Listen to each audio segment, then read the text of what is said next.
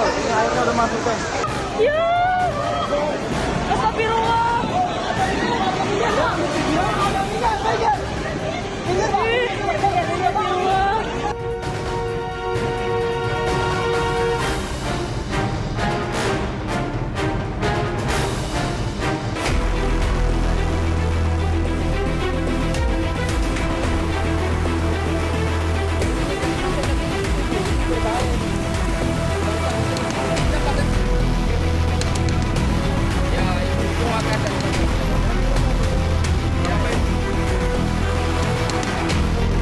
Hanya untuk membantu ya, karena memang tantangannya ini sangat banyak sekali gitu. Selain Di Jalan Ahmad Yani Bekasi pada saat ini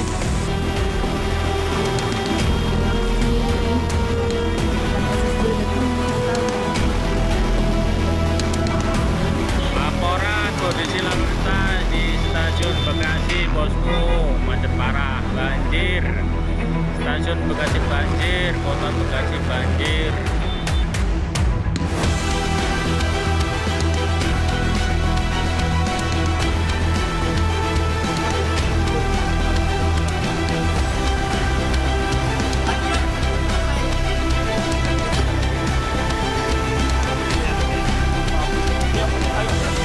Ini tempat apa tembok gelang di bawah udah tutup, tapi air berat banget. Kalau di batas galang udah mau tutup loh, kurang lebih mungkin 4 meter itu sudah mau ketutup. Mobil itu udah ketutup.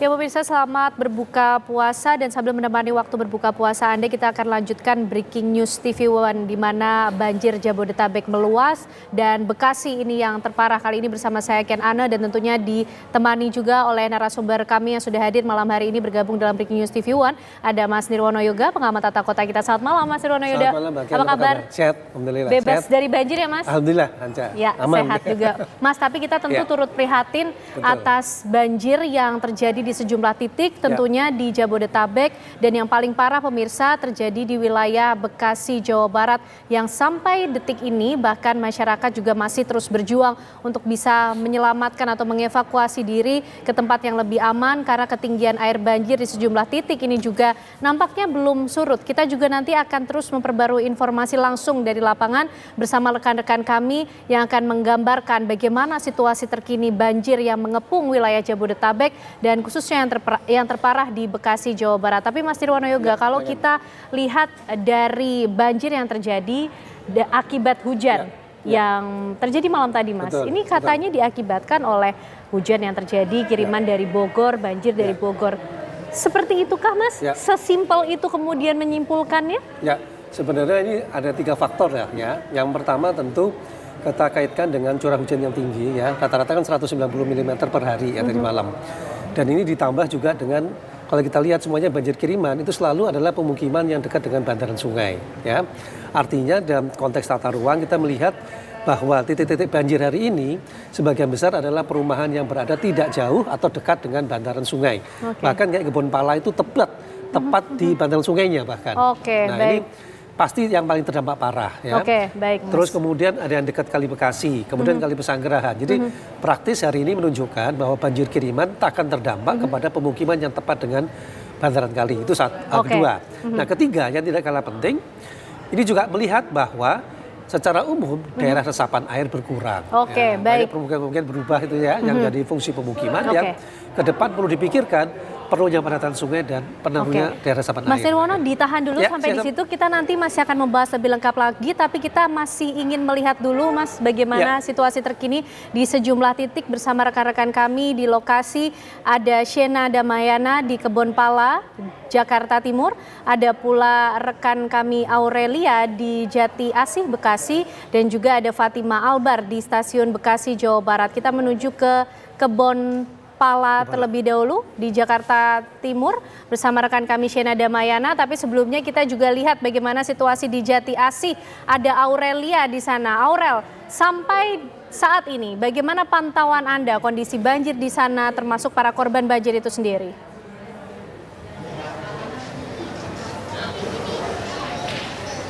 Ya baik Ken, Anand dan juga pemirsa, benar sekali saat ini kami masih berada di pengungsian dari warga yang terdampak banjir di perumahan Pondok Gede Permai, Jati Asih, Bekasi, yang mana memang di sini di tempat kami mengabarkan saat ini kami berada di gedung logistik dan peralatan dari BNPB Bekasi, tepatnya di samping pintu masuk perumahan Pondok Gede Permai. Dan di sini pemirsa memang sudah disediakan 2 tenda besar, tenda pengungsian untuk bagi warga yang terdampak banjir di perumahan Pondok Gede Permai. Dan situasi di sini pemirsa memang setelah azan maghrib di sini sudah dibagikan makanan kepada para pengungsi. Namun untuk lebih jelasnya mari coba kita tanya langsung oleh Pak Rambat ya Pak. Siap. Oh ya, siap. Ya Pak, bagaimana situasi terkini Pak di pengungsian ini? Jadi sekarang pengungsi sedang menyantap ini ya, buka puasa. Dan memang tadi banyak bantuan dari masyarakat sudah kita bagikan. Sekarang mereka sedang menikmati.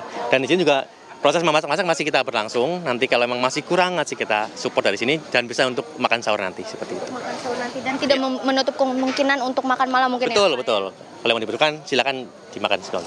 Kalau boleh tahu ini dimulai jam berapa Pak untuk masak di dapur umum ini? Ini tadi sudah berlangsung sekitar jam 4:30 ya, kita sudah mulai dirikan dapur lapangan. Dan mudah-mudahan segera bisa dinikmati. Untuk lebih jelas Pak, untuk pengungsi yang ada di gudang logistik BNPB ini ada sekitar berapa orang ya? Kalau sekitar memang masih di bawah 200, cuma nanti kita antisipasi malam hari kemungkinan besar akan bertambah karena yang dari lokasi akan balik ke lokasi pengungsian seperti itu.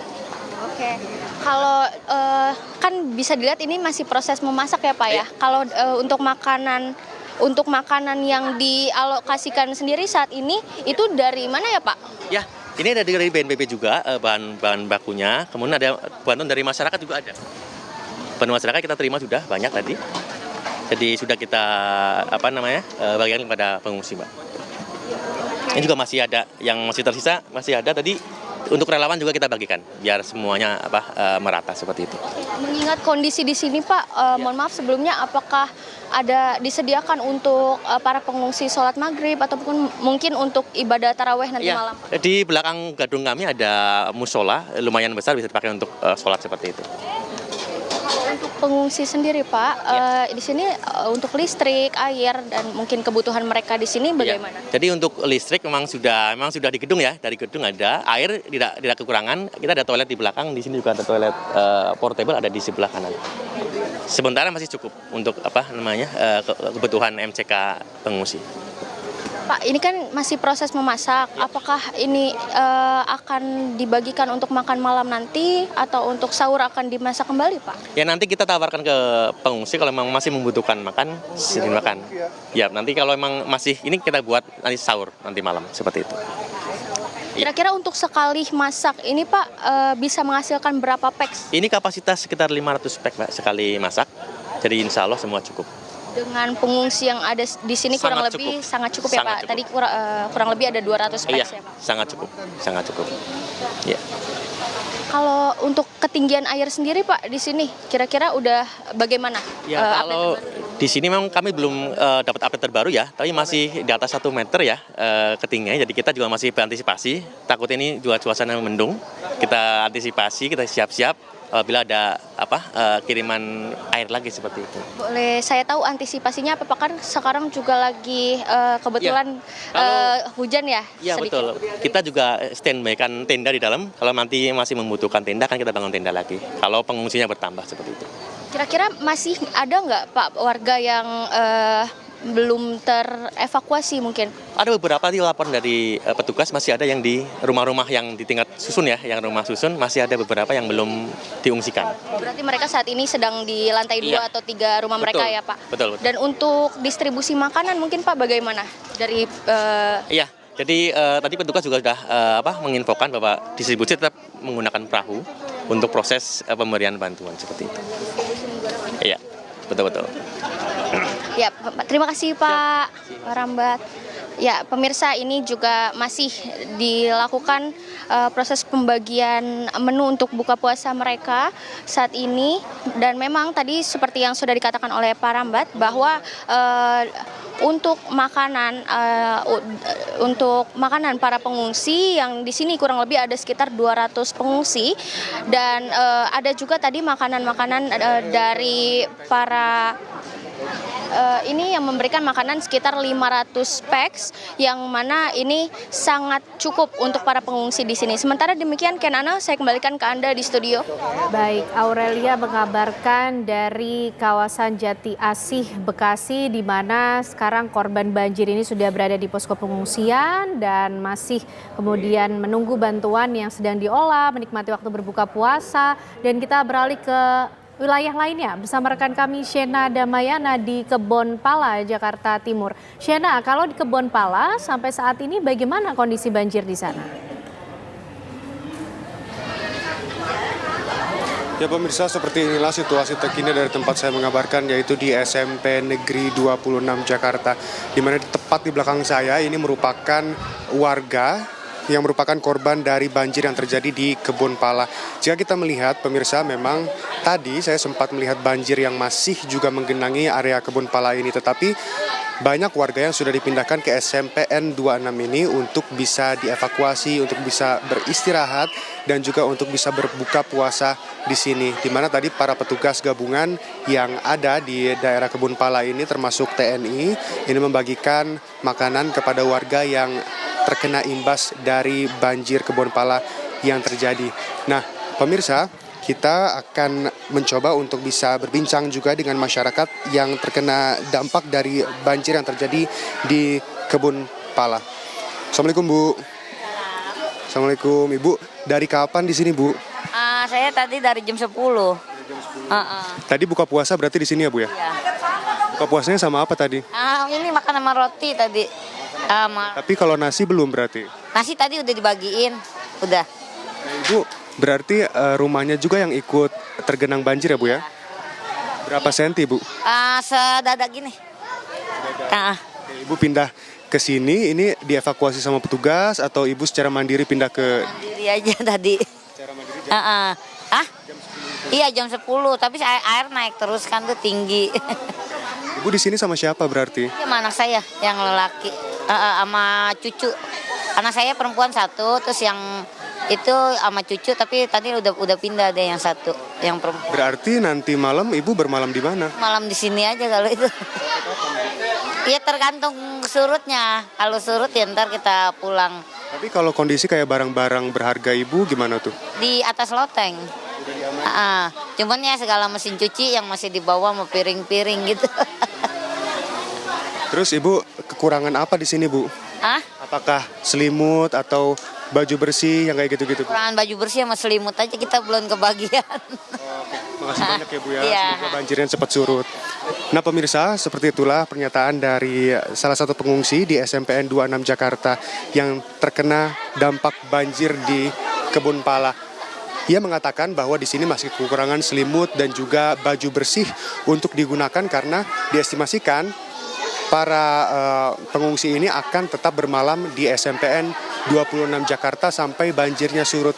Dan jika kita melihat ke lapangan, pemirsa, memang banjir belum kunjung surut. Demikian. Baik, terima kasih Shena Damayana. Kondisi yang sama juga kita saksikan di wilayah Kebon Pala, Jakarta Timur, di mana para korban banjir ini memilih untuk bisa bertahan di pengungsian dengan bantuan yang coba terus didistribusikan di sana. Kita coba lihat juga bagaimana situasinya di Stasiun Bekasi, Jawa Barat. Ini juga yang nampaknya cukup ekstrim ketinggian air di sana. Fatimah. Ya, Ken Ana dan juga pemirsa, memang untuk di situasi sekitaran lokasi Stasiun Bekasi memang tingginya dikabarkan itu sekitar 1 hingga 1,5 meter. Dan memang kami tepat berada di depan Stasiun Bekasi, dan tadi kami mencoba untuk menaiki perahu karet untuk ke wilayah yang lebih dalam, di mana di sanalah itu sekitar 1 hingga 1,5 meter banjir terjadi. Namun sudah sejam kita menunggu perahu karet itu kembali, belum juga datang untuk mencoba menjemput kita untuk bisa ke dalam melihat situasi di dalam. Karena memang perahu karet tadi diutamakan untuk warga ataupun masyarakat yang akan menuju ke Rumah Sakit Hermina ataupun ke RSUD Bekasi. Ken ada dan juga pemirsa, seperti yang kita ketahui dan informasi yang kita dapatkan di sini bahwa situasi di RSUD Bekasi sendiri dikabarkan ketinggian banjir ini sekitar 1 meter. Namun kami belum bisa mengetahui apakah ketinggian tersebut mengganggu para pasien yang berada di rumah sakit atau RSUD Bekasi tersebut. Dikabarkan banjir itu hanya mengenai dapur ataupun wilayah bagian lantai bawah sehingga tidak mengganggu aktivitas ataupun pasien yang dirawat di RSUD Bekasi. Dan ini nampaknya warga mulai berdatangan. Ibu habis dari mana, Ibu? Ibu dari mana? Pondok Gede. Banjir di rumah Ibu atau bagaimana, Ibu? Enggak banjir, cuma dari jalan. Tetangga yang pada banjiran. Banjirnya seberapa, Ibu? Segini, seleher. Iya. Itu ada yang udah dievakuasi atau seperti apa, Ibu? Kayaknya belum deh. Belum ada yang dievakuasi? Belum, ya. Baik, Ibu. Arah Pekayon ya. Iya. Ibu ini mau kemana? Mau arah pulang. Ya, Baik, makasih. baik, makasih. Yaitu pemirsa, sedikit ada informasi memang akses di sini terputus dan dijelaskan oleh di sini bahwa banjir seleher perkiraan 1 hingga 1,5 meter dan memang dikabarkan belum adanya bantuan, dan memang saya juga tidak melihat pemirsa adanya bantuan yang masuk ke wilayah yang dikabarkan banjirnya ini sekitar 1 hingga 1,5 meter tersebut. Untuk itu kita akan nantikan atau tunggu seperti apa bantuan yang akan dikirimkan kepada warga yang masih terjebak banjir. Sementara itu, Ken. Lalu bagaimana dengan aktivitas atau jadwal KRL begitu yang melewati di stasiun Bekasi? Apakah ini masih beroperasi atau otomatis berhenti? Ya, Ken, tadi kami sempat menanyakan ke petugas PT KAI yang berada di depan stasiun Bekasi. Memang untuk KRL sendiri ini semuanya beroperasi, tidak ada yang mati atau diberhentikan sementara. Namun informasi yang kami dapatkan bahwa tadi sempat mati listrik sehingga sedikit ada gangguan sekitar 1 jam untuk menyalakan genset. Namun hingga saat ini aktivitas kereta api masih berlangsung dan tidak ada stasiun yang mati, artinya semua kereta ataupun stasiun bisa dipergunakan oleh masyarakat. Sementara itu, Ken. Mengabarkan dari kawasan stasiun Bekasi, meskipun KRL ini tetap beroperasi, tapi kita bisa saksikan bagaimana dampak dari banjir yang terjadi di wilayah tersebut. Terima kasih rekan-rekan informasinya, Fatima Albar dari stasiun Bekasi, Aurelia dari Jati Asih, dan sebelumnya Siana Damayana dari Kebonpala, Jakarta Timur. Selamat kembali bertugas dan tetap berhati-hati di sana, teman-teman. Dan tentunya pemirsa, usai jeda kami akan membahas apa sebenarnya yang terjadi di wilayah Jabodetabek, khususnya juga di Bekasi yang mengalami banjir terparah. Usai jeda kami kembali untuk Anda.